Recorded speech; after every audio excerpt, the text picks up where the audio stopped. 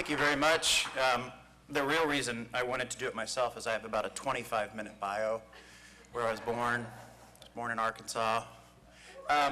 No, just kidding. So my name is Kirk Walters, and I'm a researcher at the American Institutes for Research.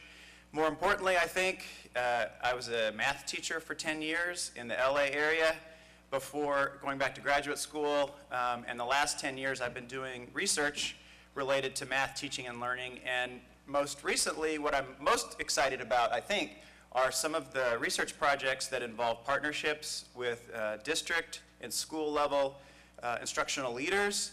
And the fact that you guys are here, that you braved the cold. Is this cold? Do you define this as cold? Because I think it is. This is cold? Okay.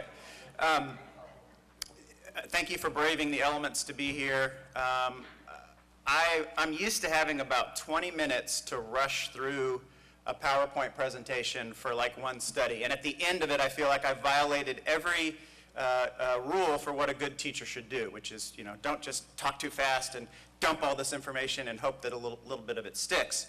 Because I have 2 hours, I'm going to try to keep you awake, which will mean that there are going to be times when I want you to interact, write things down, perhaps share a little bit, although I know we have more time later for your reactions. But there are a couple of places in the presentation where we have time to sort of get clear on where we are. So let's jump in. I have 3, and by the way, I did break my wrist snowboarding with my children. I have 2 high school kids that I also help with their math. Although the bathroom analogy, I'm thinking like, I get a lot of work done in there, but I'm not, I think the way you do it is better, like send the kids to the bathroom and Google. But for my high school daughters wanted to go snowboarding, and in the DC area where I live, there are no real mountains. They're just hills, and I still managed to do this. It's not like I was at Vail and I did a backflip. I was on like a green slope and just fell the wrong way. So if I'm a little clumsy, it's because of, I have an excuse. The other thing, if you ever break your wrist and you have to use voice recognition software to get your work done, when you say the word send in an email, it sends it at that instant.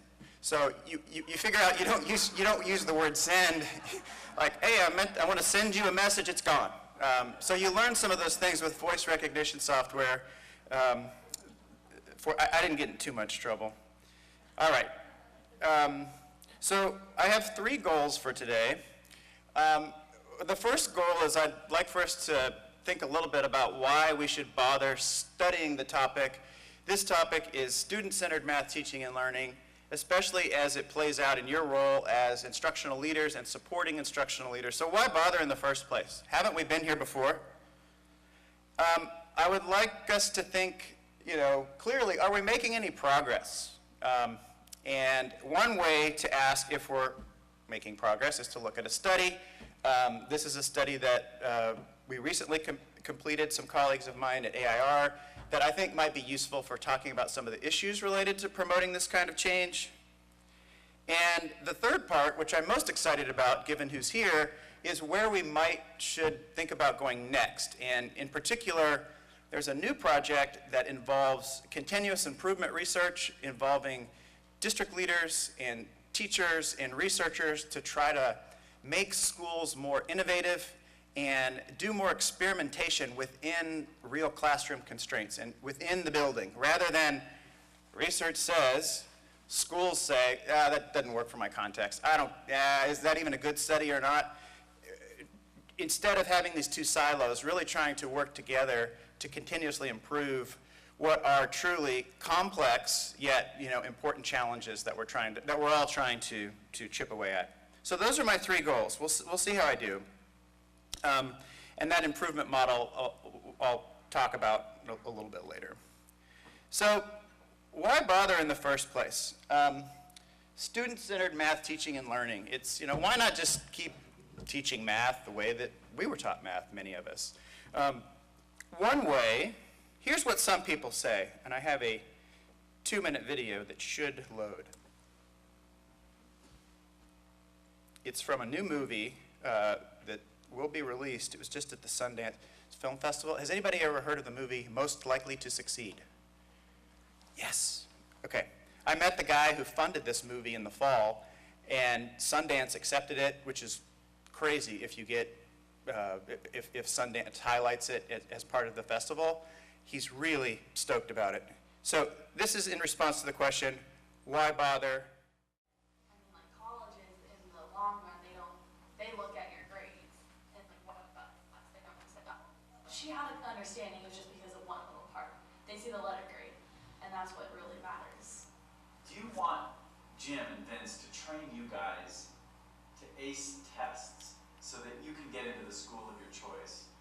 Or would you rather Jim and Vince train you to be able to kind of apply stuff like this in your daily life or in your job later? For me, it's Please go ahead, speak up. I want to ace the test. So I get to college, that's how I get a job. In high school, you should be learning how to ace the test, and if you want to pursue more mathematical things in college, then they can teach you how to like do real life things. If you want to learn that in college, but in high school, you should be taught how to ace the test so you can get into college in the first place. Yeah. In my opinion. This is Vince. This is the face that Vince makes when he realizes that his life's ambition as a math teacher is not to actually teach kids math. It's to teach kids how to ace a math test. Watching my kids sit there and learn math and learn science and learn English and roll their eyes, and they're just, and I mean, just the other day I had a student say, I need to come in and get some help on this, but I don't want to do it until we're close to the test because I want to make sure it's fresh on my brain for when I take the test. And I'm thinking, how problematic is that? That's what the goal is the goal is really to pass the test. The problem for us, and what we see at Google, is that some of the people who do well on those things actually you don't want to work with because they're not great on teams, they're not collaborative, and the best, smartest people actually aren't the ones who always get the best grades.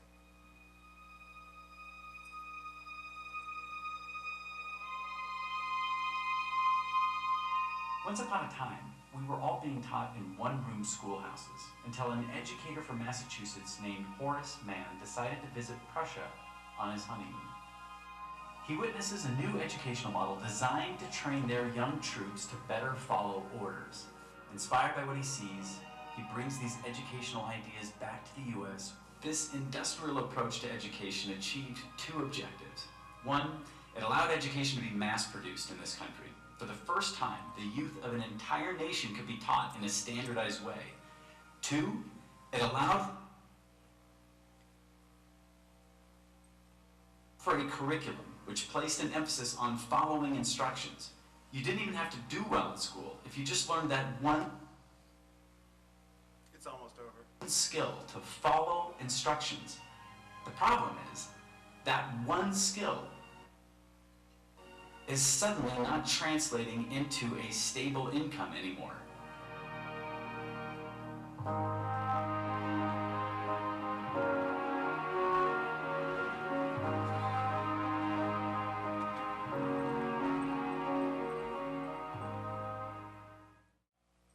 So the whole premise of this movie is, some of you may have heard of High Tech High in San Diego, and it's often a focus of case studies where they try to do a different project-based model. It's a charter school. It's not all about High Tech High, but it's about sort of where some people think schooling should head given the current job structure. So I would say this is one of the big reasons that people think we should change the way we're doing school these days and making it more applied. So you heard the founder of Google talk about, and you've probably heard other employers talk about what they're looking for in terms of communication, in terms of problem solving, teaming and things like that. So that is the end goal for a lot of folks. And there are other authors. The World is Flat, if you've read any of Thomas Friedman's work.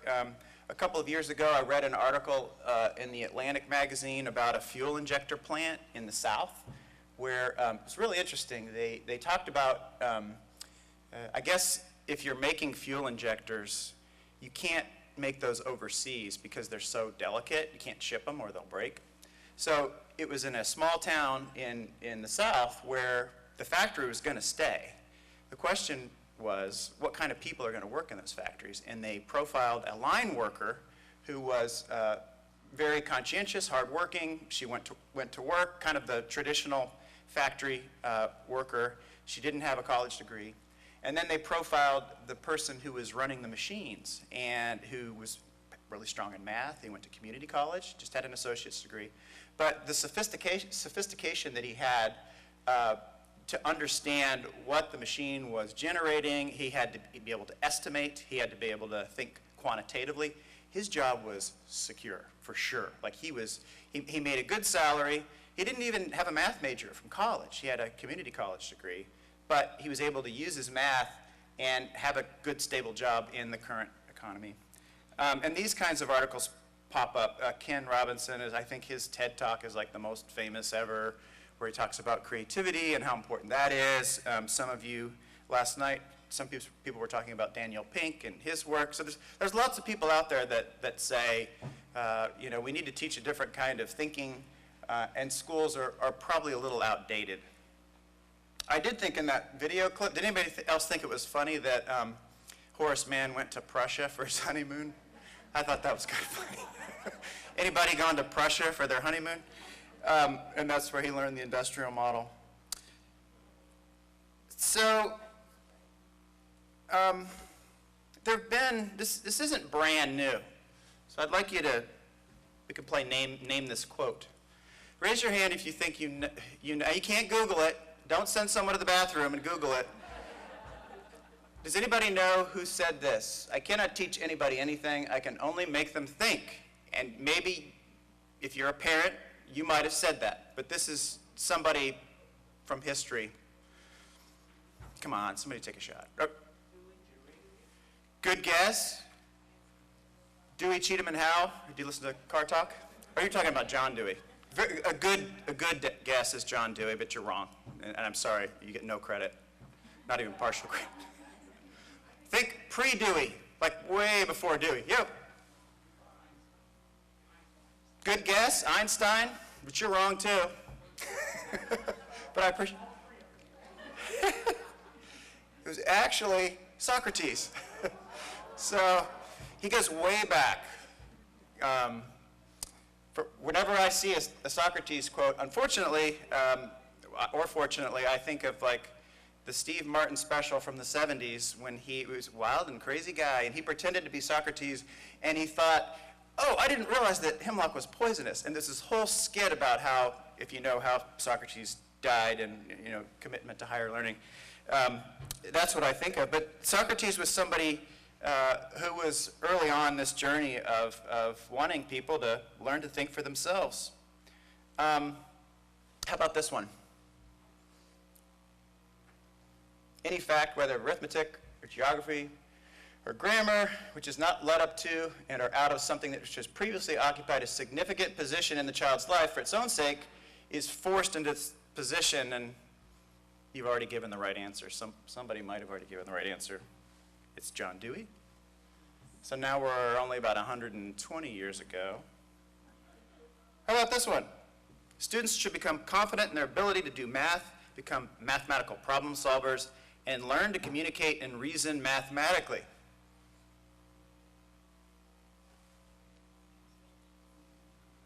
The National Council of Teachers of Mathematics, 1989. Considered by a lot of people as one of the most influential standards documents that came out because it really shaped what a lot of districts and schools did afterward. I was in college in 1989. I graduated in 93, and I had a college professor who had actually read the NCTM standards, he's a mathematician, and had us really think carefully about, for our calculus class, he took us to the lab and said, see these computers? They'll do everything that's in your book. You're going to do a lot of homework, you're going to do a lot of stuff, but part of this class is you're going to come to the lab and you're going to see if you can make sense of what is generated here. But this program was then called Derive. Do they still have Derive? I'm sure it's much more updated. I'm nodding to our resident mathematician here who's going to be on the panel later. But that was pretty powerful for me as someone who, I didn't know what I wanted to do when I grew up. I liked math. I took some history classes. I ended up thinking I might want to be a teacher, so I was certified in both. But what was interesting about this document is that when I graduated from high school and moved to California in the early 90s, the California state standards were that with a different cover. It was essentially the same practices, the same ideas around content and problem solving. Very, very familiar in terms of where we are with the Common Core today. So this idea about reasoning and problem solving rather than just doing procedures. Okay, here's one more. This is getting kind of boring, isn't it? I'll just start giving you the answers. And 10 years later, the National Research Council, how many of you read Adding It Up or familiar with that? I know we have some mathy people here. So Adding It Up was, I thought, a really good attempt to say, all right, in the early 90s in California, by the way, in California, we had what was called the class assessment. I don't know if anybody's familiar with that if you've studied history. So the class assessment was open-ended applied problems as the state test. And it was thrown out a year later because one of the reading passages on the reading side of the test was controversial. It was a really dumb passage. And the Back to the Basics movement people, probably rightfully so for that example that was used, it killed the entire thing. I mean, when I was a teacher, I went and graded the class assessment in 1994 it was a great professional development opportunity. Teachers grading real problems, talking about what a 4 is versus the 3. It was conceptual, but it was gone. So in 2001, after a lot of the turmoil in the 90s, Adding It Up came out, and I felt like a really good attempt to say, look, you can't force complex reforms on people. We've seen what happens when you try to, kind of mandate it. But here's kind of a middle ground that it's not just about conceptual understanding and problem solving and reasoning, but also in adding up was this idea of procedural fluency. So you do need to know procedures as well as concepts. Fast forward to where we are kind of now. The Common Core State Standards builds off of all of this stuff. So the idea of mathematical proficiency being more about understanding how to solve a problem, make conjectures, etc. This is the kind of thinking that honestly has just been around for quite a while. Well, here are two other reasons why we maybe should bother, and we're in Illinois, so maybe you care more about the park. You guys still doing the park, right? You haven't, you haven't bailed on the park? And it is going to happen. I hear that both of these are going to happen. AIR, where I work, does a lot of work in assessment. They're in another building, and they work on the Smarter Balanced assessments, and they also do state assessments for some of the so-called renegade states that decided that, having a Common Core assessment is perhaps not what we need to do politically in many cases, so they have their own new state tests. But I will say, having talked to some of our assessment folks, like for instance, Utah's test, Florida's tests, some of these other states, they're still different. They're still more applied and conceptual than the No Child Left Behind tests, which tend to be more procedural and closed-ended items. So I do think, in general, we're a little more serious now because there is a test. The California example I mentioned, after I graded the class tests that summer, we had no test for like 3 years. There was no state test. They didn't have one. This makes things different. Now you could say, yeah, I know we're going to have the test, but what are they going to do with the scores? I bet you guys I'm preaching to the choir here. You've seen the pendulum. You've seen what happens when scores come out, what they do with the scores, and yet there is a test, and the test is different. So now that you're somewhat serious, would you say the glass is half full or half empty? What do you think? If you think it's half full, do this. If you think it's half empty, do that. And there's no wrong answer. If you're not sure, then just do that. Is it half full? Is it half empty? If you don't know, yeah. When I was a teacher, I used to gross my kids out because I have a double-jointed thumb, and I used to like push my thumb. I won't do that now because videos, they used to like that. Unless you want me to, it's double-jointed. Well, some would say it's half empty because we have, I don't know if you guys like cartoons. If you can see this one, might be a little hard to see, but the person who's raising the bar has education standards on his back, and then the person who has the saw, who's cutting the stick with the kid there, the student said his is education resources. So the challenges are going up, and yet the resources are limited. You hear that? Yeah, you want us to do more with less? Okay. Some reforms fail when you think about how this has been tried in the past because they don't really pay attention to what happens in real classrooms. Has anybody ever heard of Mary Kennedy, Michigan State? Have you heard of Mary Kennedy? Well, now you have. So Mary Kennedy wrote a really interesting book a couple of years ago called Inside Teaching. And in this book, she video recorded a bunch of teachers across subjects. This is not math specific. I'm sorry to say. No, I'm happy to say. I'm not all about the math. And what she did, she specifically videoed teachers who were implementing new reforms. So it could have been a new way to teach history, or a new way to teach science, increase science, or a new way to teach math.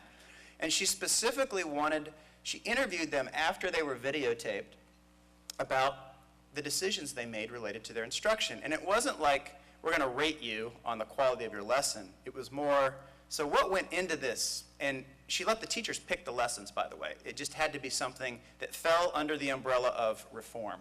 And that's a broad term. And one of her findings, which you don't hear a lot, but I really respected, based on this book and from reading her work, is she said, sometimes the reforms that we ask teachers to do are just unrealistic. They're just too hard. And so we say that teachers don't have strong content knowledge because we test them, and then you realize, wait a minute, I'm teaching 5 classes, I throw open the book, I'm just trying to get by, I have parent meetings at night, expecting teachers to have the time to think deeply about the content, for example, as an example, it's not about the teachers, it's more about the conditions where they're working. It doesn't foster that kind of growth. So some people say, yeah, these ambitious reforms, they're great in theory, but they have to reflect the realities of the classroom. If you want teachers to be able to deliver complex instruction, they have to be able to see it, practice it, get feedback. You can't just say, here, go do it. It's a good book if you're interested. Even if you're not interested, it's still a good book. Others might say it's half empty because still the verdict is somewhat out related to instructional practices. As much as I would love to say from my own experience, you know what? Giving kids opportunities to solve problems and learn conceptually and apply what they're learning, there's one way to do this. If you just give them the opportunity, it will happen automatically. Teachers are getting in the way because they're explaining too much. I really don't believe it's that simple, and I don't think we have evidence that supports that yet. I think there are teachers have different personalities, different styles, some which suit some better than others, and we still don't really know, like, okay, this is the most effective instructional practice. Well, we might both want the same outcome. If I'm a really traditional teacher where I do most of the talking versus someone else who's maybe less traditional and has the kids do more of the thinking, there's not a lot of evidence that says one instructional approach is better than the other in achieving specific outcomes. We just don't know yet. But we are learning more, but it's not definitive. And then, of course, there's the political and public backlash. So do you know who this person is? She's from my home state of Arkansas. She has over 1 million YouTube views, and she took an example from the 4th grade Common Core and kind of just blasted this one-word problem that she could have solved in 30 seconds, and yet her teacher made her kid write this really long explanation that took like 3 minutes, 5 minutes, and she's like, it's stupid, and then she was invited to be on the Glenn Beck show. Well, let's see, 1 million YouTube views based on one example from the Common Core where she basically took on the state school board and said, you people are stupid. She gets on the Glenn Beck show. You know, sadly, I don't think 1 million people have, I'm really glad you guys have read the report, but I don't think 1 million people are ever going to read this report. So some people would say it's half empty because access to quality information is something that's hard to come by these days, especially in the media world that we live in, and I guess we support it to some extent. Don't worry, the whole talk is not going to be about half empty, I promise.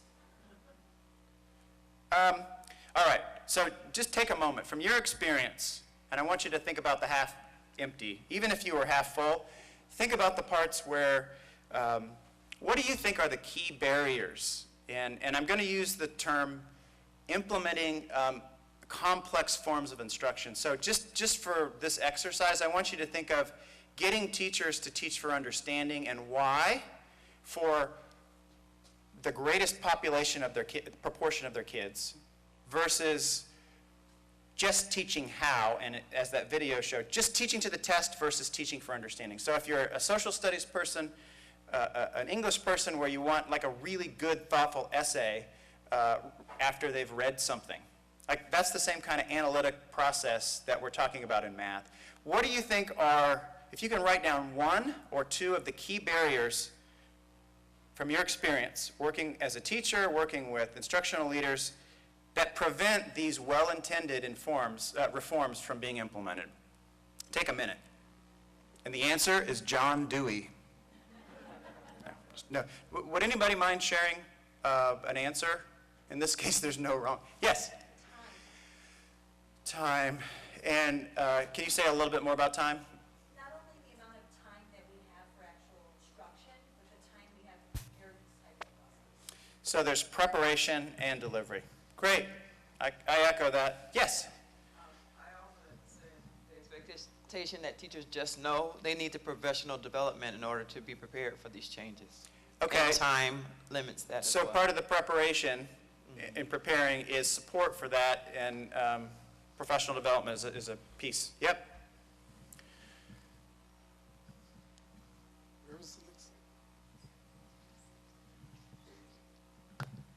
I think to some degree at least, there's a concern of practical concerns. You know, if you say, like, I'm going to try this, but what if this doesn't work? And they do need good grades if they're going to get into good colleges and all that. Yeah, and I have to get to this point in the curriculum in 3 weeks. So really, you want me to spend 3 days on this exploration, and I'm not even sure if they're going to get it? It's practical constraints. I would say from a teacher's perspective is foundational skills. Filling that gap between skills to get them to the higher level. That's the battle we have. Okay, so yeah, you want them to conceptually be able to explain what a linear equation is, but they still have to be able to do fractions to simplify. What are the basics? It's really hard for teachers who have been teaching traditionally to get this mindset. And a lot of teachers teach like we call them targets a day. So trying to get them to teach a number of targets in a unit interwoven is really hard. Yeah, we are creatures of habit, myself included.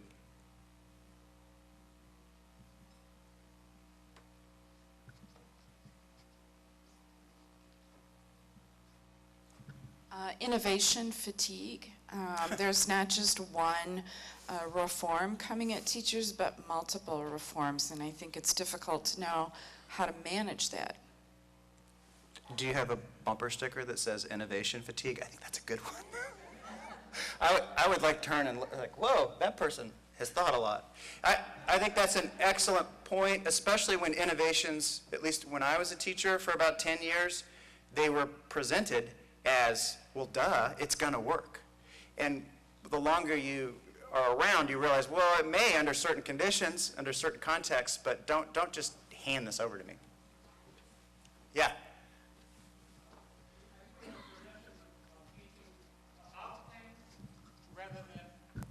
I think we have a tradition of teaching about things rather than engaging students in the thing itself. So we teach kids about science, but we don't allow them to be scientists. Yeah. We teach them about mathematics, but we don't allow them, excuse me, to be mathematicians. Yeah.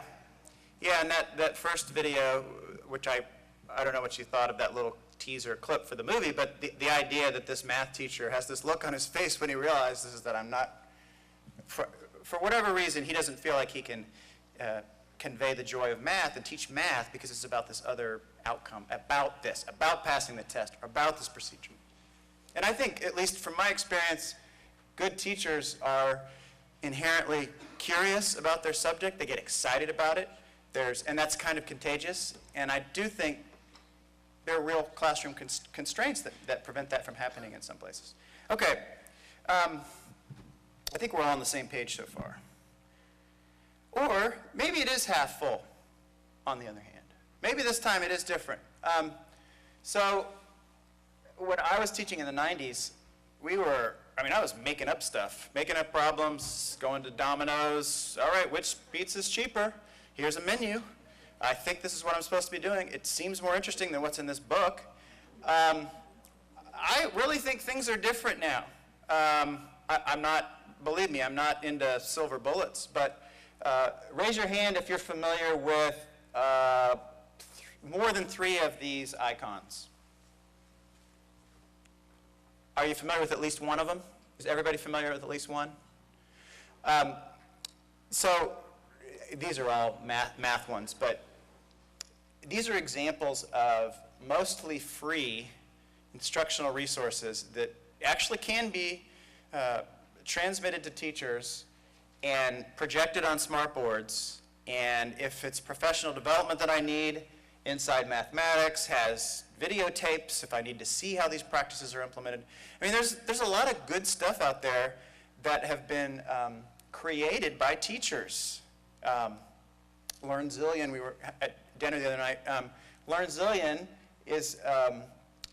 was founded by a former principal in DC who basically said, you know what, the Khan Academy, does it always have to be just him? Let's get rock star teachers together to create the lessons. It'll create a professional development culture. We have one, you went to Teach Fest a couple years ago. Anyway, when he was developing this company, I helped him think through the math side of it, and when there were 3 people, and now there's 60 people in his office and hundreds of teachers that I think he told me they had like 5,000 applications or something for like 300 spots for this. It's called Teach Fest, where they go and they teach math lessons and they perfect them and they post them. It's entrepreneurial for teachers. Like, good teachers can get the word out there. That's pretty cool. That didn't happen in the 90s. Didn't even have a smartphone. Didn't even have a flip phone back then. Mathalicious is, has anybody heard of Mathalicious? Have you seen any of their lessons? Well, thumbs up or thumbs down, and it's fine if you don't like it. But I personally think the Mathalicious approach is interesting because he's trying to basically say the real world problems that you solve in the back of your math book suck. They're not that good. What we need to do to engage, and this is about middle school kids, is we need to ask them simple questions like, is Usain Bolt faster because he's taller? Stop there. That's a question. Watch the video. Watch him sprint. Answer this question. And then there's GeoGebra, which is a way to manipulate graphs and lines and to see it, conception, play around with it. Really thoughtful guy. I met him a while back, and I was one of my favorite programs to listen to when I'm running is called Radio Lab. Has anybody ever heard of that show? It's on WNYC Radio Lab. If you've never heard it, it's not for everybody, but they're like 2 of the most curious people I know, and they pick a topic related to science, and then they just kind of go back and forth. I wonder why that is. I don't know. When I met Kareem, who started Mathalicious, former math coach in Alexandria, Virginia, who said, just not happy with what's out there. I want to start my own thing. He was just like, oh my gosh, I love Radio Lab. And wait, here's a lesson with a Radio Lab clip in it. It's so different than what you could get back in the day when you had a book and maybe an overhead projector. Interesting, innovative things. That's enough on that. Engage New York, you've probably heard about. So these are out there. And information sharing is also a lot different. We just finished a study that involved videotaping fourth grade teachers on a lesson that was focused to tied to 80 hours of professional development they got in the summer, content-focused professional development. That lesson was sent to Harvard, who partnered with us in the study. They coded the lesson using a rubric called the mathematical quality of instruction, which gets at how clear the explanations were, if the language was precise. They got feedback on that lesson from the Harvard folks, and then a district-based facilitator sat down with them, and they looked at 3 or 4 video clips, short ones, and said, all right, what do you think about this? Okay, this is one thing you might work on. Should we link it back to the professional development you had over the summer? That model was only possible because of advances in video technology and being able to upload videos quickly, have people comment on them, share them. It's pretty cool stuff that can happen because of the technology. I was in a classroom in Florida with the Promethean, kids are texting their answers, they're all showing up on the smartboard, you're getting that instant feedback, and it's not just yes, no. Anyway, so yeah, technology's the answer. Just kidding. But there are affordances that technology provides that could make this glass half full. And there are, so related to the research, there are 2 studies that AIR recently did, and I'm going to talk about the second one because I was involved in that one. But some colleagues of mine at AIR partnered with the Hewlett Foundation, and the Hewlett Foundation is interested in deeper learning, which, project-based deeper learning. There are charter school networks that really, like High Tech High, which is going to be a feature in that documentary, where they're really trying to produce different outcomes for students, more portfolio-based, project-based. And in a series of studies that we did for the Hewlett Foundation, we found some strong, positive results for kids who are in those deeper learning schools compared to kids who are in a matched comparison sample. When it comes to research, I'll just put it out there that really the gold standard of evidence still to this day is an experiment, is random assignment. And neither one of these assignments used a lottery, or studies used a lottery, but they both had pretty rigorous quantitative components.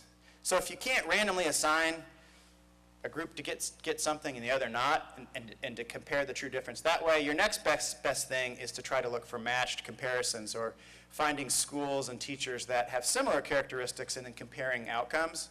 That's kind of the next best thing.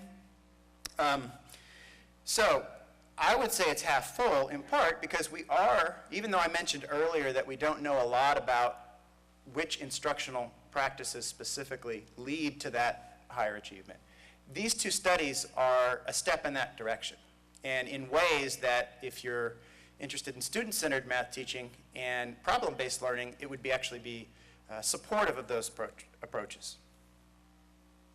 So the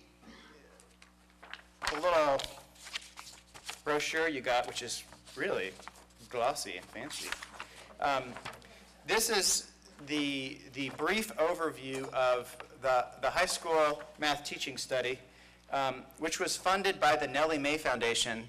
They're based in Quincy, Massachusetts, in the Boston area, and they are particularly interested in understanding what student-centered math teaching, or what student-centered teaching and learning more broadly look like, and they're funding a lot of different initiatives in that area. This particular study came about in part because, well, I don't know. What do you think when you, give me one word for student-centered teaching, what comes to mind? Anything. We don't need to do the mic, but. Interaction. Engagement. What? Relevant. Application. Discovery. Interest. Agency. Specific. Okay, what do you mean by that? Got it. Thank you. No, you said it perfectly. I'm just dense. It's specific to the needs. Yeah, got it. Sorry. Fun. Yeah. Great. Nah, we don't need to define it. That's a great definition. I think all of those things are probably fit under that umbrella, and yet it's the kind of thing where it's like, well, you need to be more student-centered. What the heck does that mean, really? So that's why this study was born. It is a broad construct. It's considered promising by a lot of people. The Nellie Mae Foundation is investing a ton of money in investing in schools that have student-centered approaches, hiring researchers to try to understand it better. But we really don't understand it that well, especially in the context of mathematics, particularly at the high school level. And I used to be a high school math teacher, so I can say this. Sometimes high school teachers, especially math teachers, think they know better. And I used to be one, so I can say that. And sometimes they think, this is stereotype, it's not true of everyone, of course, but there's less, some would argue it's harder to make real lasting change at the high school level because you have people that, at least in theory, know their subject matter better. They think that the kids are at a certain age where, well, guess what? They can drop out next year anyway. It's not my problem. So the foundation was like, really at that high school level is where we're most interested because we feel like that's a place where there's a great need to understand more. Elementary school science teacher promotes student-centered learning through inquiry labs. That's a different kind of study than high school Algebra 2 teacher who actually knows their stuff. It's a different thing, different conversation. And so that's the Nellie Mae Foundation's logo. That's the real reason the study happened, because they funded it, thankfully. I wrote the proposal and they said, sounds good. So we designed, so you think about like, all right, so we want to understand student-centered math teaching among high school teachers. How do we do that? So what we decided to do was focus on highly regarded teachers. Now, what do we mean by, I'll explain a little bit more about what we mean by highly regarded. In fact, I believe I was introduced as a highly regarded researcher. I don't even know what that means, but it sounds good. But we wanted, in order to contrast differences in style, we didn't want to have, oh yeah, all of our traditional teachers have no classroom management. I mean, they're terrible. And then we'll have these really strong student-centered teachers who also have good management and they like kids. That's not a fair comparison. We wanted to hold that constant, those general characteristics of good teaching. They like kids. Classroom management is not an issue. They want their kids to succeed. They just have different styles. We also wanted to include both qualitative and quantitative data. So the qualitative piece makes sense, you know, collect videos, try to understand what the different kinds of instructional moves are, realizing that they're all highly regarded teachers. We're going to learn a lot. The quantitative part we wanted because, you know, most people say, well, does it matter? Does it make a difference? And so we built in a quantitative part of the study that included a problem-solving assessment that all of the kids took that was more applied, as well as student surveys to get at their perceptions of learning math, their attitudes, et cetera. So this is called a mixed methods design because we have both quantitative and qualitative components.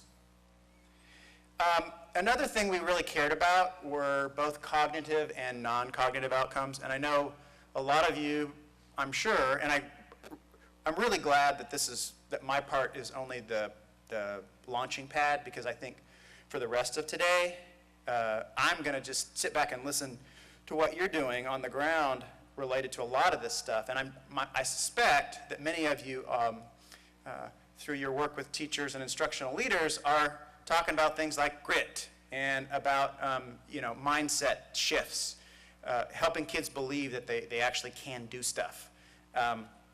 So we wanted to measure both the cognitive through the problem-solving skills and the non-cognitive. Do I actually like math more now at the end of the year than when I started? How do I see math as a subject? Those kinds of things.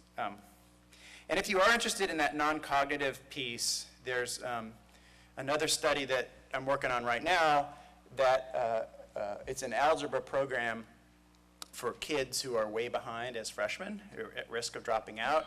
And they've woven into that curriculum research on non-cognitive factors to the extent of, I saw one summer professional development training where kids were building models of their brain out of clay, and they had the pipe cleaner to show that dendrites, it's not fixed. When you're solving problems, your brain can actually grow. You're not stupid. You can actually get smarter by working harder. There's people that really care about that and think that that has as much to do with why kids don't succeed in math as the skill deficits. Not to discount the skills, but it's the whole package. So how in the heck did we define highly regarded? Well, it wasn't easy. There wasn't like a script of the best way to do it. Well, we wanted to have teachers who had strong reputations. So in the building, oh, you should talk to so-and-so. Yeah, she's really good. He's really good. We did referrals from, like you guys, if I had been recruiting teachers in Illinois, presumably this would be a great audience to solicit nominees. How many of you could probably name a really good math teacher, regardless of their style? Yeah. And why would you nominate them? I mean, why did your hand come up so quickly?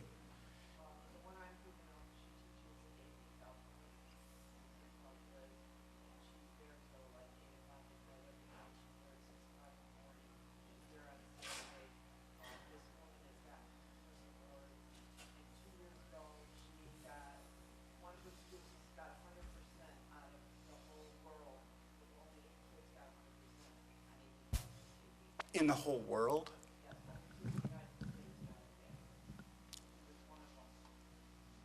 Wow. Okay, that's really amazing.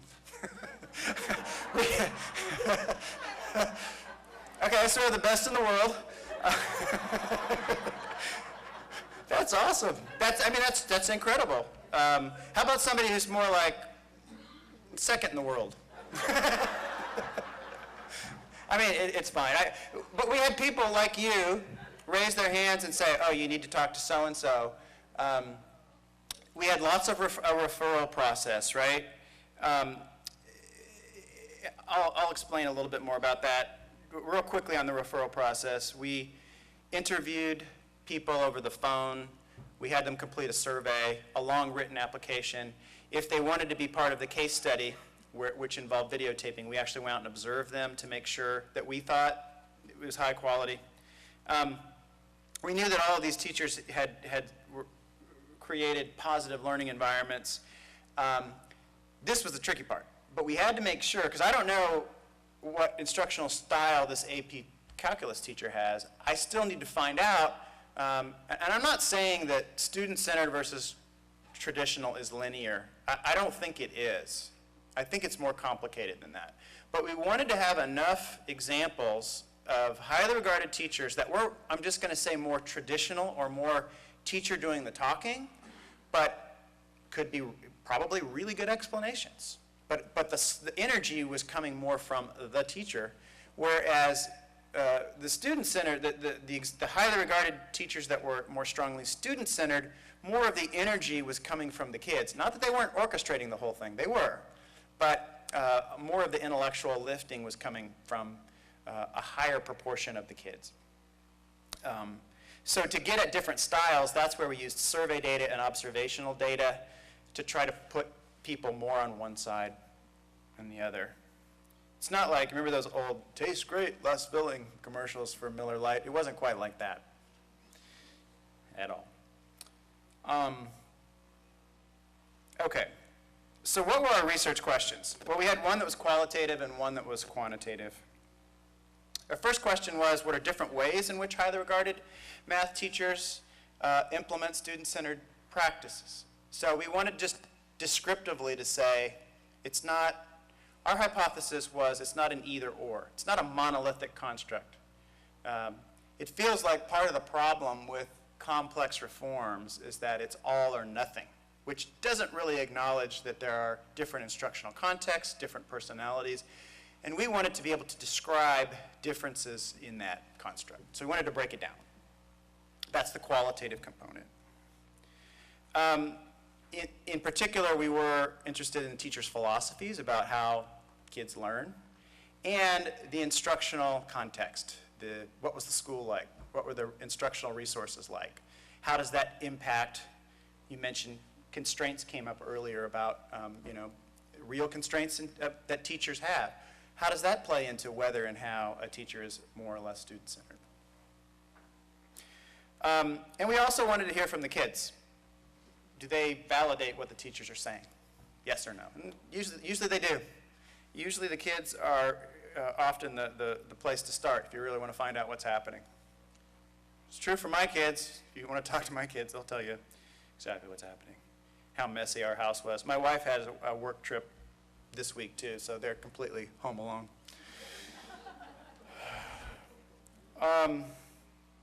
But since I'm a student-centered parent, they're going to be fine. They're going to take out the trash.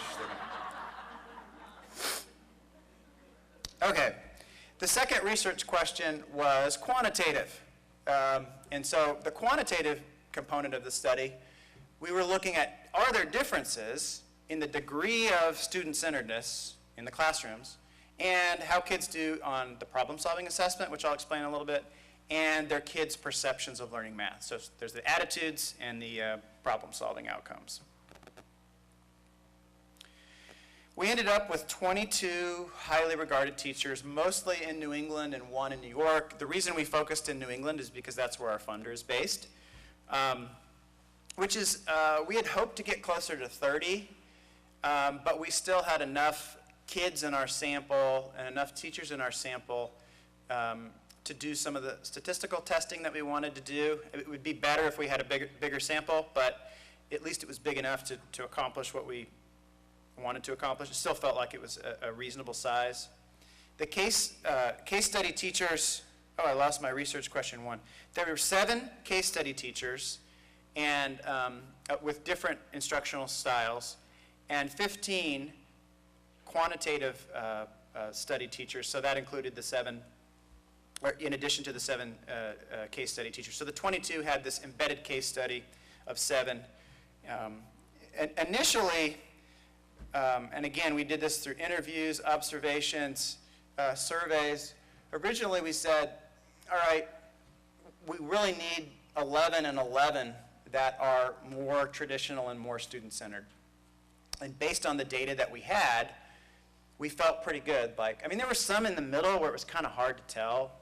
But this is what we started off with originally. We had 4 more traditional case study teachers and 3 that were more student-centered out of the 11. And all of those teachers were videotaped. We collected lots of their assignments, that asked them to submit challenging assignments. Actually, I'll explain that in a second.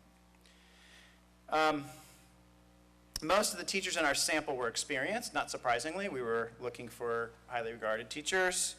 They happened to be predominantly female. It's important to know that this is New England, and this is a particular part of the country. It was about half rural, about a quarter suburban, and about a quarter urban. So that's also something worth considering when you consider the results. If we had gone exclusively to Boston, what drove our design here, the reason that our sample might not be quite as representative of the nation as a whole is because we really wanted to hold constant highly regarded, and that was our top criterion, and then we had to do the best we could with these other characteristics. But still, there's some variability there. It's not like they were all teaching in these super affluent, high SES districts. That was not the case. All right. Are there any questions so far about how this study was designed before? I just wanted to give people a chance. Yeah.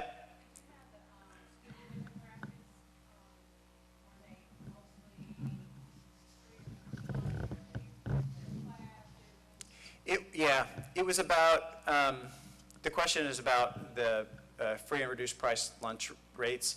It was about 40% overall. So it wasn't like 10%, but it wasn't 80%. Yeah, and the rural kids tended to be less affluent, not surprisingly. So there were a large sample of like working class rural kids in this study. Any other questions about the design, like the sample or the questions? It's fine if there aren't. I just wanted to give people a chance. And I just want to get a drink of water. Yes?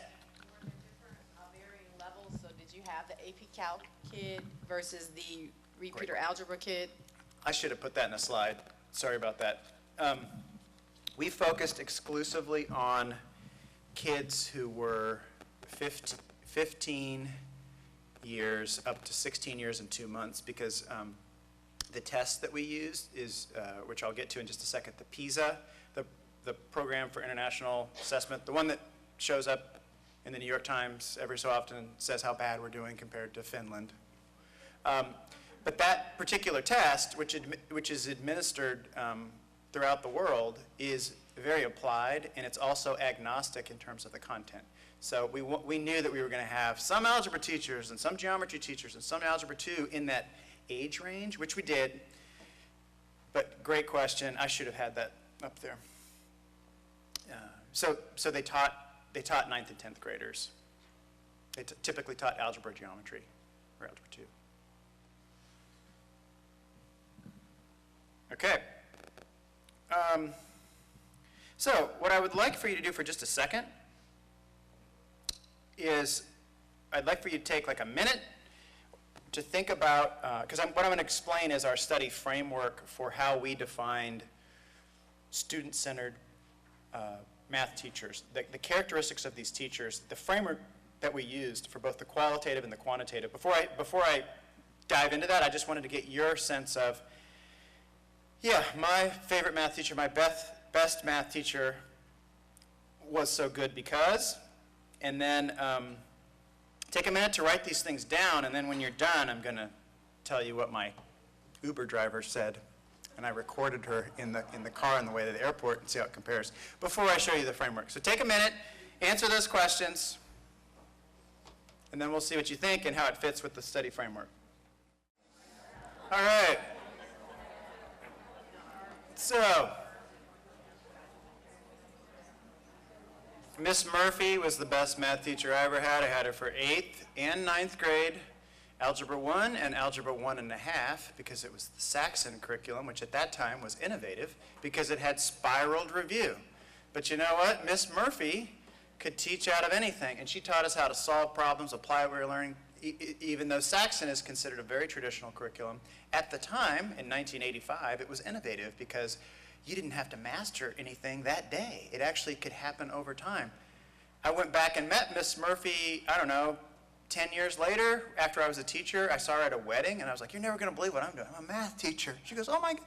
And she goes, yeah, guess what we're doing now? We got graphic calculators, doing conceptual stuff. It's totally different than when I had you. My sense is Miss Murphy would have been awesome regardless of the reform movement.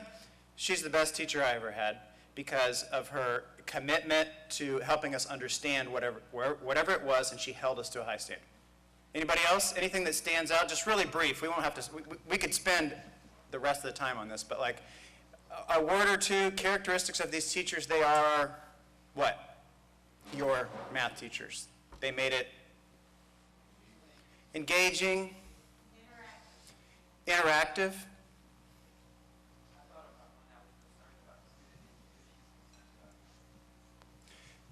Had a sense of where each kid was, cared.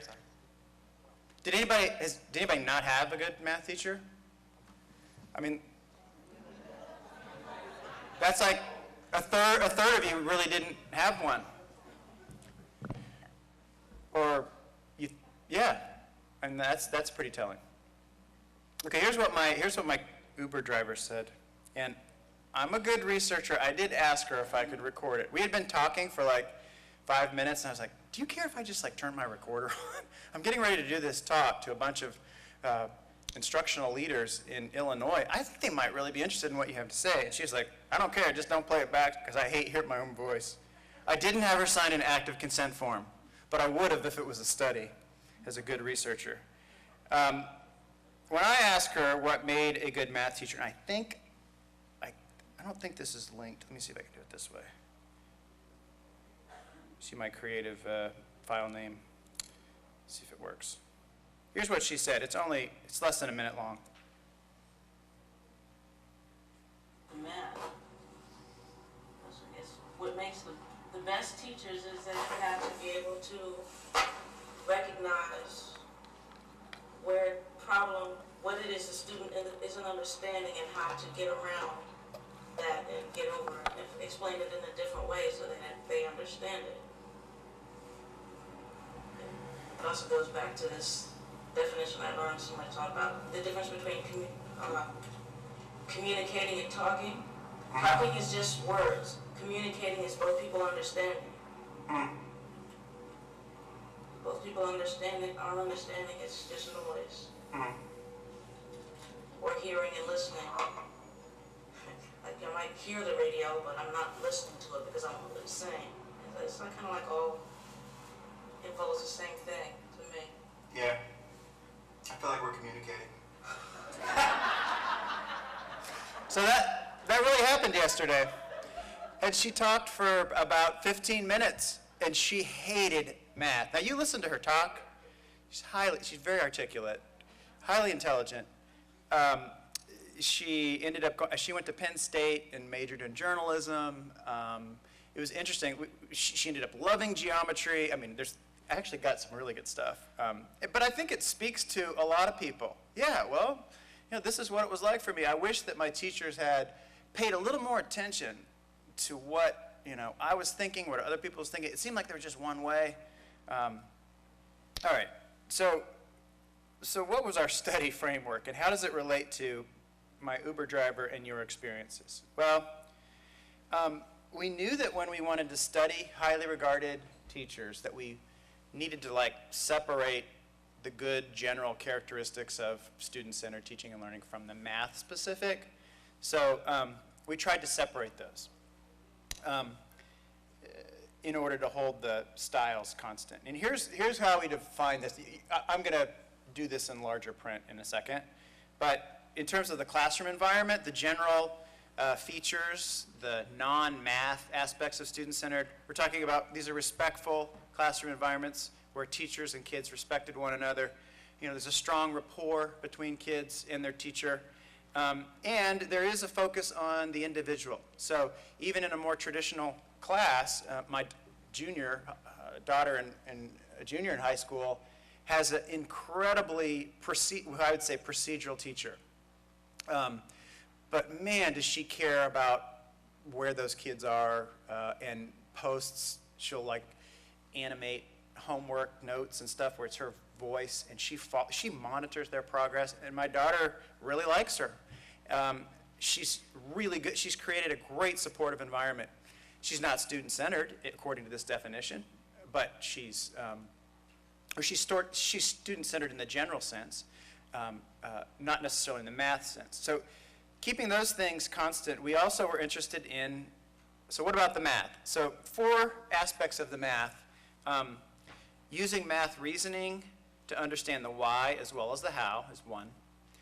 Communicating the mathematical thinking and critiquing the reasoning of others. And these, for those of you that are in the math world, these are very familiar in terms of the standards for mathematical practice.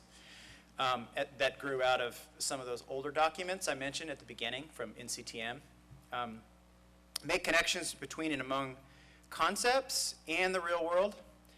And this whole idea of persevering, solving problems and persevering, instead of just the rote application of procedures. So with this framework, so why versus how I think is pretty self-explanatory. My dad used to tell me, I guess it was his father-in-law used to say, the person who only knows how will always work for the person who knows why. I don't think that's true. I mean, there's plenty of cases where people get good jobs just because of who they know. But let's just say, as a concept, the person, I even think about where I work, and the person that I report to has an amazing understanding of statistics that I don't have. I have other aspects where I know a lot, but he's an example of somebody, he knows why about everything, and he's curious, and I work for him. I mean, not exclusively, but there's some truth to that, that if you only know how, you're probably going to be limited. And the people who know why, in theory, could get a little further. And how does that show up in classrooms? We'll talk about what we saw related to that. There's this communication piece, so it's not just the teacher who knows why and how, if you want to focus on that, but also the thinking and the reasoning is something that's more public, and that there's a culture of reasoning in the class. That was our second criteria for what we're defining as meaningful engagement with the mathematics. And some of the words that you guys blurted out earlier, like engaged, meaningful, we're on the same page. And then making connections between and among math concepts and real world. I don't know if you've ever, can you read that cartoon? It has a bad word in it, I'm sorry. It's not that bad. What's that? Oh my gosh, I've been on this, I'm sorry. Nobody told me. You guys are just gonna let me do this for the rest of them. I thought we were friends. Sorry about that. Only in math problems can you buy 60 cantaloupes and no one asked you what the heck is wrong with you.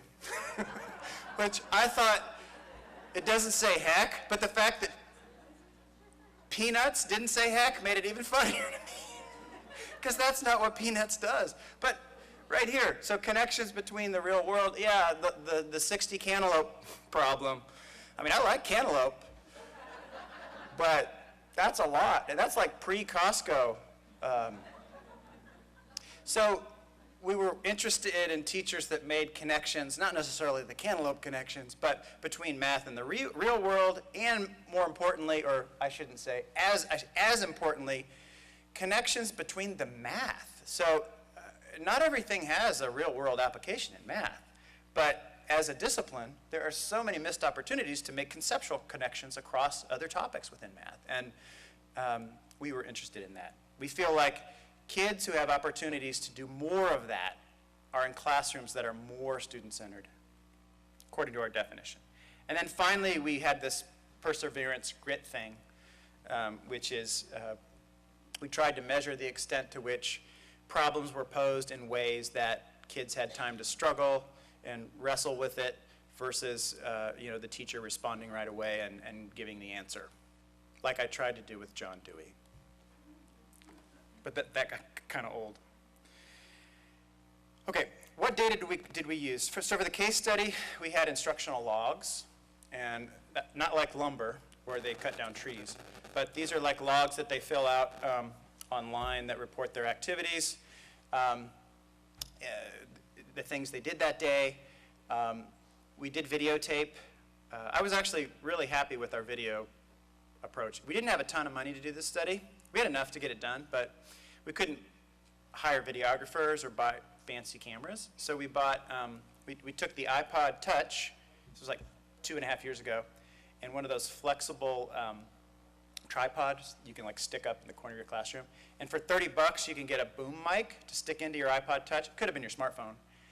Really good high-def video. No problems. And then the teachers got to keep their iPods at the end. So it was like for $400, we were video set and the teachers did it. We interviewed teachers individually, and we also did focus group interviews with kids at the end of the year. And we had the teachers pick kids, different kinds of kids in their classrooms, ideally ones who had shown some kind of change from the beginning to the end to get at what was going on with that change. We were interested in, I mean, lessons are kind of messy. Lots of stuff happens in lessons. So we tried to break it down into two of the most common characteristics of lessons. So in math, there's usually new ideas that are being developed, and you can tell when that's happening. And then there's also reinforcement of previously learned material. So we tried to look at our framework at both of those time points and lessons through the video to see if there were any patterns that emerged from those two common aspects of math lessons. And after we went through the videotape and all of our data, during the development phase, we came up with three, again, this is for our sample, but sort of three types of teachers in our group. Again, they're all highly regarded. You would all want your kids, if you have kids, to be in their classes, and I felt that way about all of them. Teacher guided with some contribution. So when an example of this, there was an example of introducing something with quadratics that a teacher was teaching, and she referenced a movie that some of the kids had seen. And some of the kids, yeah, I've seen that movie. It was a way to kind of make it a little more personal during the introduction, the development of a new idea. Teacher guided with strong student contribution was more, all right, we're jumping, I'm thinking of a geometry example where the kids were actually pulled off into groups and had to do some stuff during the development of the new math. She brought it back together, they summarized it, but it was still pretty much the teacher driving that introduction, the development of the new idea. And then there was a third, less common case where kids were actively exploring this new idea, where it really was the kids doing 75 or 80% of the thinking and the doing and the explaining, and the teacher just sort of launched it and then stepped back. So we found three different, now I think that's important because we're not saying one is better. We're saying these are, descriptively, these are three possible entry points for teachers who have different styles. That's what we at least came up with in our study. So, yeah, I kind of gave this example already. The teacher guided with some contribution. So the kinds of questions that a teacher might ask would be more low-level, yes, no kinds of things, which is more than just me talking and not letting you interact at all. The strong contribution, I mentioned, they're like mini explorations that happen during this introductory lesson where something's being launched, where kids spend a few minutes doing something, exploring, coming back as a whole group, versus the third instance where you can't just wing this. I think that's another thing that some people think, and what has popped up in some of your comments already about, you need time to prepare and deliver. Well, a really well-crafted exploration doesn't just happen on its own, and these teachers that we had were really good, and when it happened, it was really carefully laid out so that the kids could be successful in the exploring. I've seen many, and probably you have too, failed explorations where a teacher thinks, perhaps, or some teachers may think, if I just launch this particular problem in a way, it's just going to happen naturally, but there's really a lot that needs to happen behind the scenes for it to work. During the reinforcement of mathematics, we paid attention to the kinds of problems that were used, the types of tasks and problems, and then how teachers orchestrated the communication around that. So this is the reinforcement piece. We just talked about the development piece. So there you go. That's an example of a rote application problem. Solved by substitution. Probably all of us have solved a problem like that before. Maybe. Might have changed your life. Might not have. Versus, a problem where, this is also in the same category as systems of equations, but in this case, kids are asked to compare methods, explain what the errors were, write about it. There's not only critical thinking here, but there's communication in that they're explaining their thinking. So compared to do 30 of these, and I'll see you tomorrow, do a few of these, and it better be clear, that's a difference related to the problems in the communication. Here's an example of highly scaffolded communication. So the teacher says, what multiplies to get 8? 1 times 8 and 2 times 4, right. So if I go with 2 times 4, which one of those is the square? The student says 4. So that's the one I can square root. When I square root that 4, what does it become? 2. Hey, this is back and forth, the teacher's listening to the student's listening to the teacher, but it's highly scaffolded. It's kind of discrete, short answers. And that's common and probably appropriate to do, depending on what your lesson is at times. There's one more teacher comment. Versus this example where there's a little more reasoning and perseverance in this interchange, or you can see if you agree with us. Okay, interesting. Joan, did you add your variables? I don't know what to put for x. Well, apparently there's not agreement. What you think is best, and we'll have a discussion about that. So I'm seeing that you look alike, but Jonas and Mike, yours look different. What do you guys want to say about that?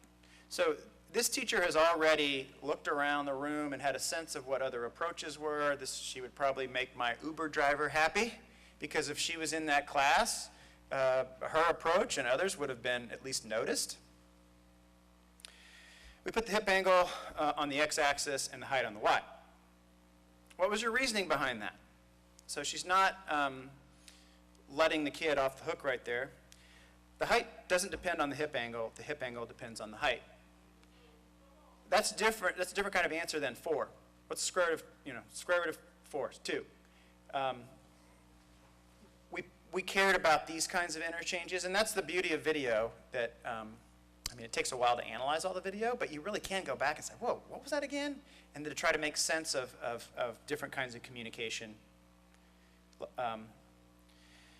So, in summary here, the student-centered instructional tasks had these are the problems and activities. They tended to ask more about the why than the how.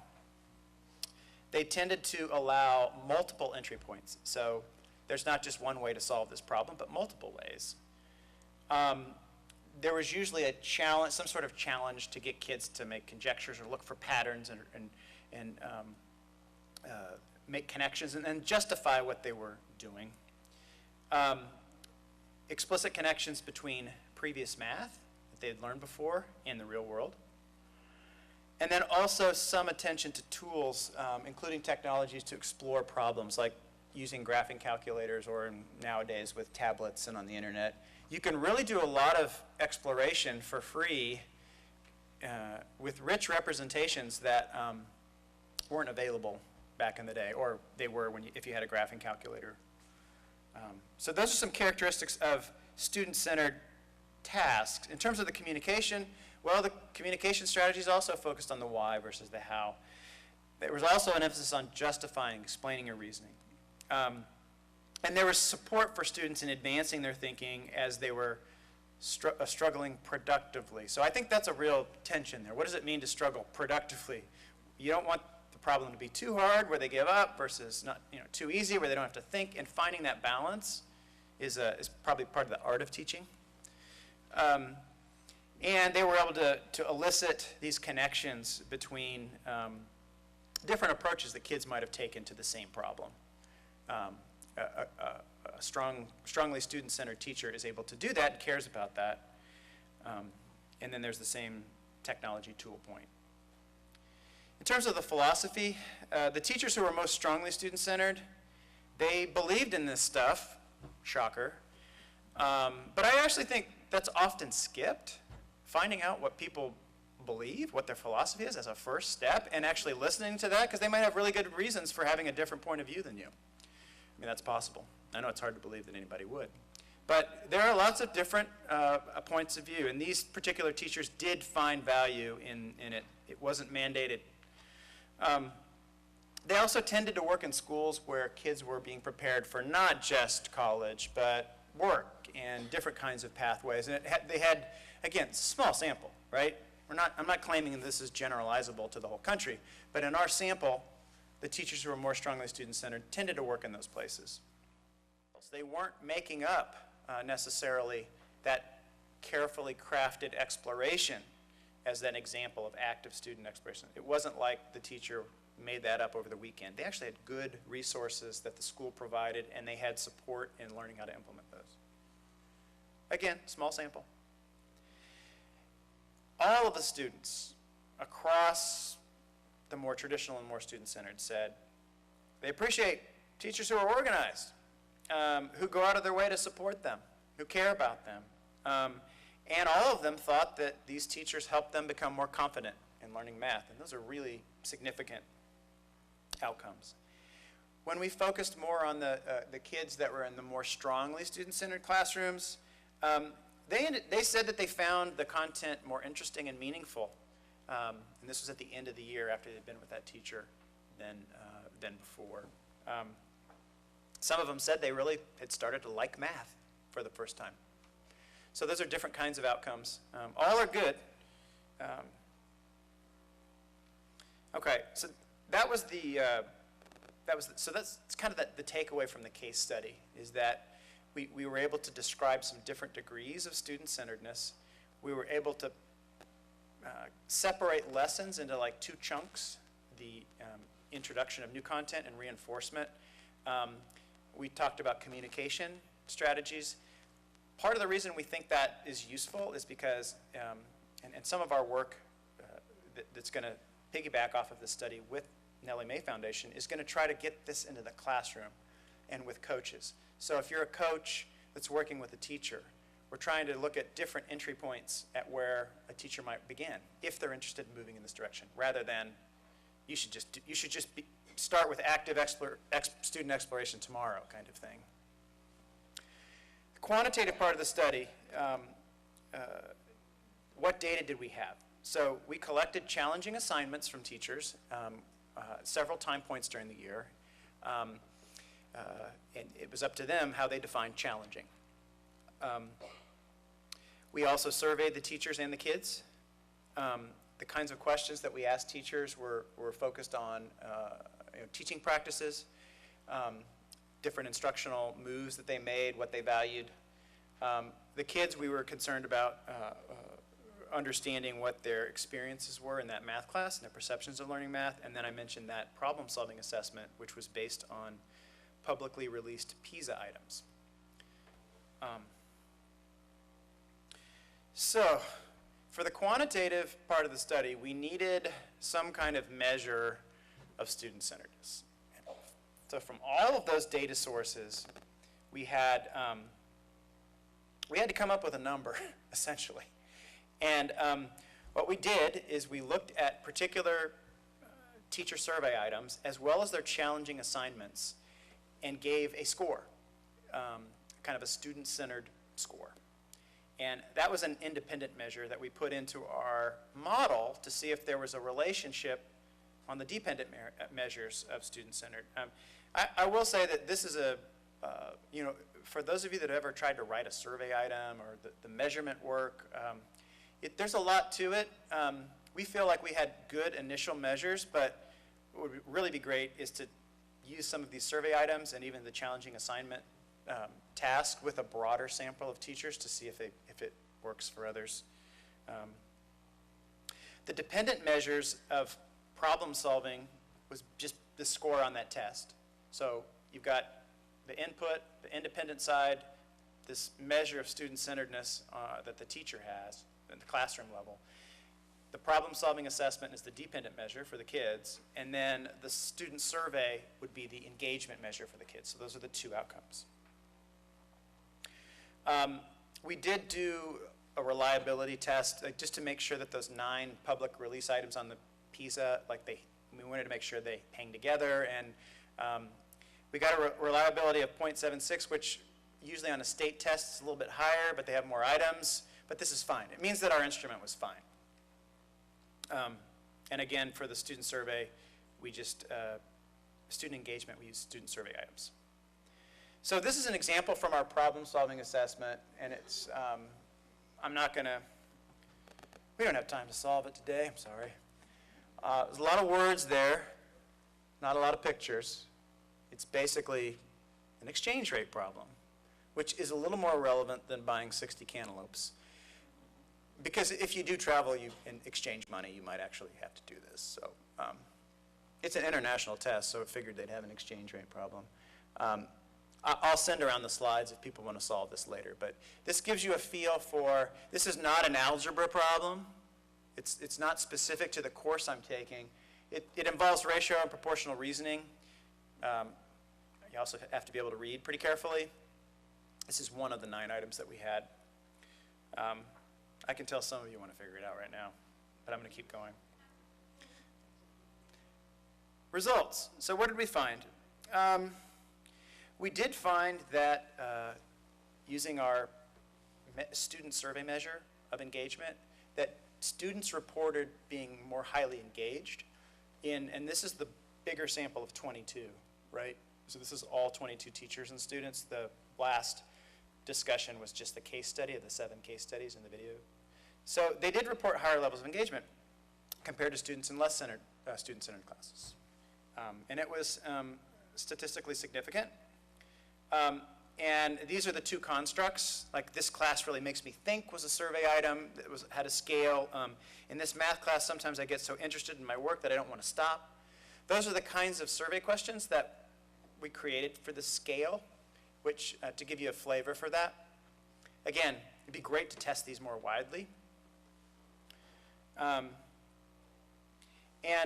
on the problem-solving skills assessment, it's important to know that all of the kids in all 22 classrooms, I mean, not surprisingly, did way better than the US average on all of these items. Because they're public release items, we have the percentage correct, and they did really well. You could say, yeah, it's because they had really good teachers. Maybe, or because they were already really smart. Well, we don't know. Our study wasn't designed to answer that question, but it was kind of a relief that they did a lot better, because it means that if they had done terrible, then people would have said, yeah, a nice measure of highly regarded, dude. But that didn't happen. And when you look a little more closely at the, we used a value-added model. So I'm sure some of you are familiar with value-added models and how they're used in accountability purposes.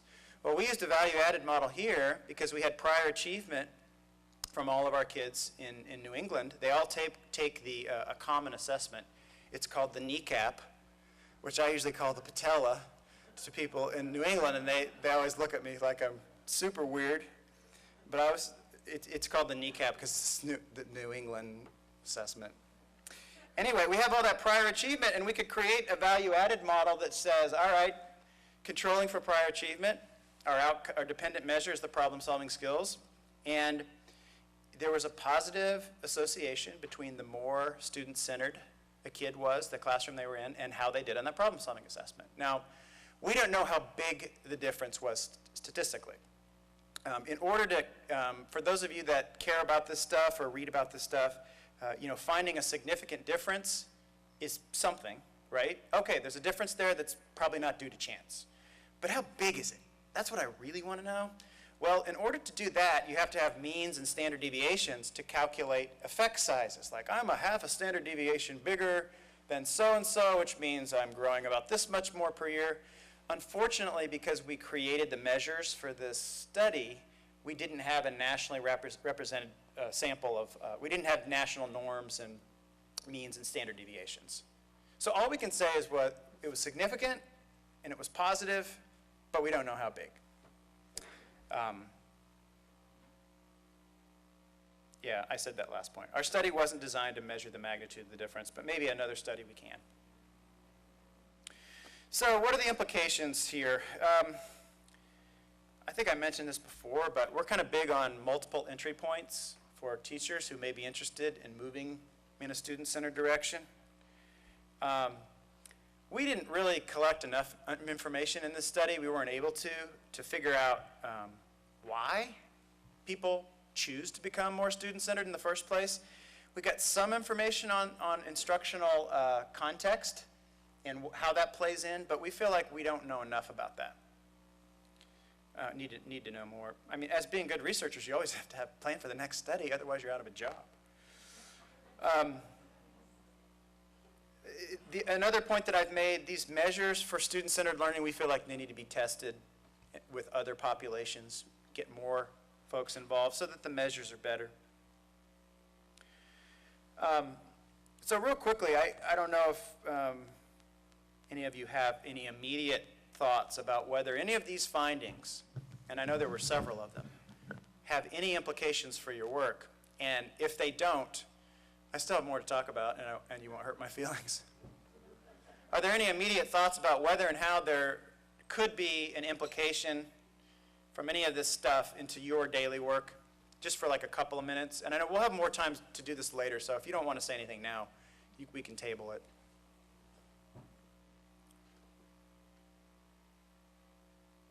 Yeah.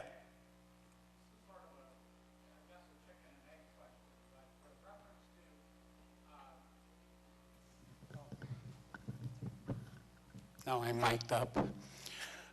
This is in reference to the finding about that many of these teachers seem to be present in high schools that are preparing students for career pathways. Do you know, or did you get a sense that it's because of the work environment they become more of that type of teacher, or that they are, or those types of teachers are drawn to those places? I think that's exactly what we'd like to know more about. We had such a small sample in the case study that was hard to generalize. In one instance, where there was a really strong student-centered teacher, the school was actually founded on kind of democratic principles, and so there's like a lot of student voice in the school.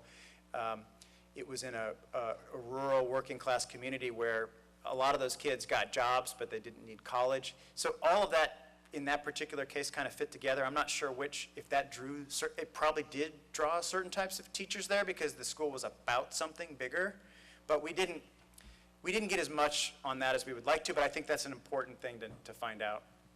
Thank you. Yeah. Should we keep moving? You guys are doing so great in pretending to be engaged, because that's all I know. I can't tell if you really are or not, because I'm just talking. So what next?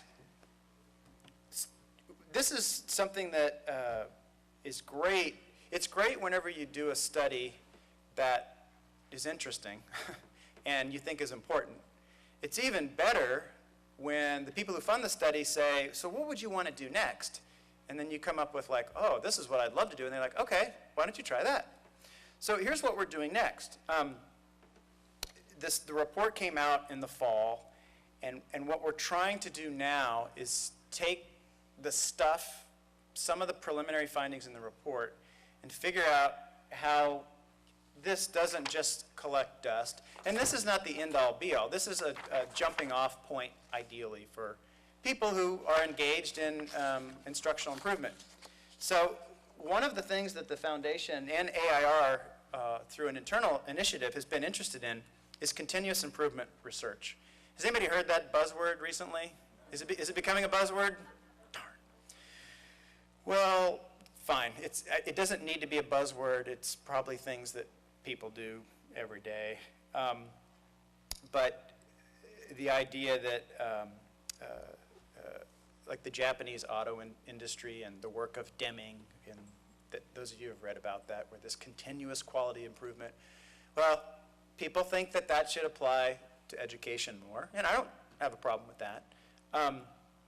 There are, some of the projects I work on are big studies where we're comparing the average impact of something, like that study of elementary math teachers where they had all the professional development in the videotapes. That's like huge study. At the end of the day, you'll be able to say, on average, did it make a difference?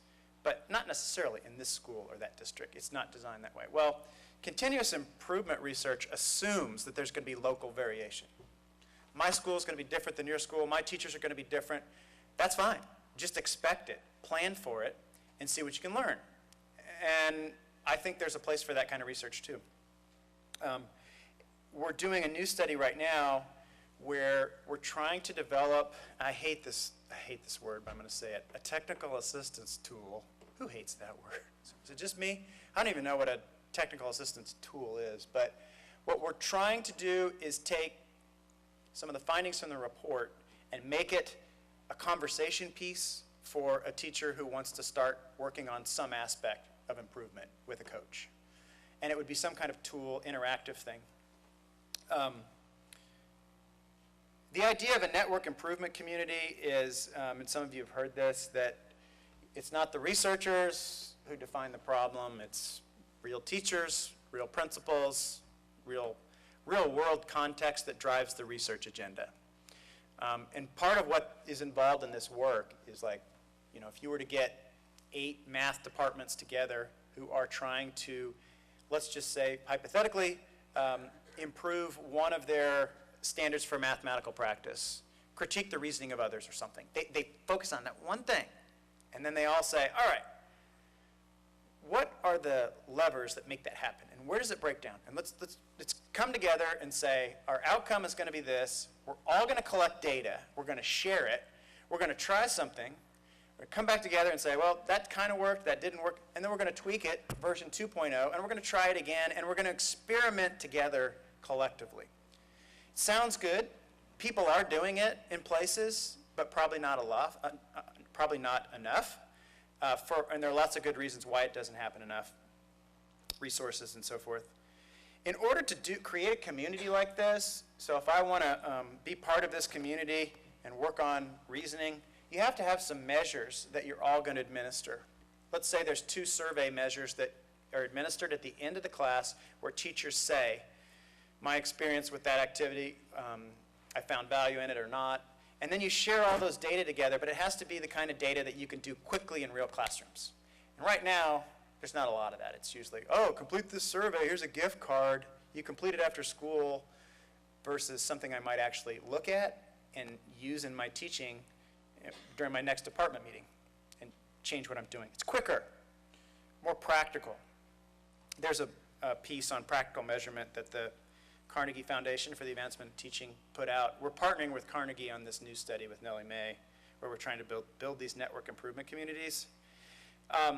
This is not new. This has been around for a long time. There's different iterations of the Plan, Do, Study, Act model, but it's this quick cycle iterative thing where, you know, you really are clear on what the problem is, how you think you want to solve it. You've got some outcomes that will measure whether you're making a dent on it or not. You try something as a group, get back together and say, all right, we made a little progress, tweak it again. And it's this cyclical process. This is the model that we're basically following. 4 simple questions. You know, how do we understand the problem? What are we trying to accomplish? What changes can we introduce to make things different? And then how will we know if it was an improvement? I'm reminded of a teacher. He actually had his Ph.D. in physics, and he was teaching high school math in Southern California. He was a friend of mine.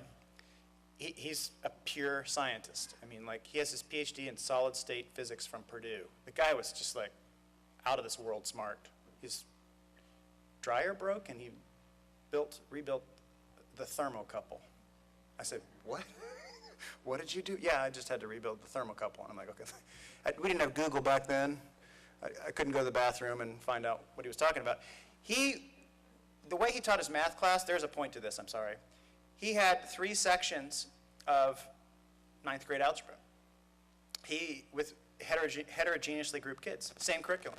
He would do experiments on a weekly basis. I'm going to approach homework this way with this class and he wasn't harming the kids. He was just trying to find out what worked. But he did it on a weekly basis in an experimental kind of way. Some of the experimental designs that we build into these big impact studies where we randomly assign teachers and students to get stuff, that can be infused in real classrooms. It's not that hard. But I think people are afraid of it. So the idea of these Plan, Do, Study, Act cycles is that over time, you know, with each iteration, you'll make incremental progress. The more times you crank each cycle, again, you can, sorry, that's small print, and there's references if you want to go read about some of this stuff. Now, the challenges are definitely real. They're just as real as they have been. How many of you think, well, maybe it would be easy for you, thinking about the district and school level folks you work with, to specify a common problem to solve? You might be able to do that, but could you specify it in such a way that you could all try to solve it collectively? That's a pretty important exercise. It takes time. We need good practical measures that can be implemented in real classroom settings. We can't give a 45-minute survey. We can't give a super long assessment. We need real-time feedback that good teachers do anyway. And clearly we need incentives. So this can't be one more thing we're asking teachers to do. It needs to be something that is actually embedded into their professional life. But I think the opportunities are actually greater. And based on a couple of small examples of this new project that's starting, I'll give you one example from West Virginia. Super remote part of Appalachia, very, not a lot of jobs, high poverty. I did a site visit there in the fall and was just blown away at the level of kids' thinking and the way they articulate their thinking publicly. And also they've developed, this math coordinator has developed a measure of grit where they're tinkering with things like, right now it's 8 minutes of individual work time and then 5 minutes of a highly structured questioning where kids come together and ask specific questions about what they had been doing for 8 minutes. And then there's a summary thing. It's highly structured, but it's trying to understand, well, what does it mean? What is perseverance? And how long is too long? Well, maybe 8 minutes is not right. Let's try 6. Did you try it in your classroom? But they're concrete things that they're tinkering with to try to get at these broad constructs that are kind of hard to capture. There's other examples. I'm almost out of time in Maine and Chicago, and I'm just saying I think there are some real great opportunities and people that are interested in heading in this direction. And that I have 2 minutes, and I don't even need the 2 minutes, but what I'd like to leave you with is, and I'm not sure how much of this will feed into our panel discussion and stuff that we talk about later, but if you think that the notion of continuous improvement, not the buzzword continuous improvement, but the idea of potentially building networks of coordinators, coaches, teachers that would be open, to working with researchers to define problems, solve problems, share what they're learning. Like that's a thing that's being done and I think is somewhat promising. If there are ways to connect that to your work, I'd be curious to hear about that, as well as how it might break down. I also think later today, I'd also really like to hear your feedback on ways that we've characterized different degrees of student-centered teaching and whether that framework fits in Illinois or not, or something like it, or if there are pieces of it that you think might make sense. Because at the end of the day, I think we're all trying to solve the same problems. So that's all I have. Thank you so much for having me, and I look forward to the rest of our time today.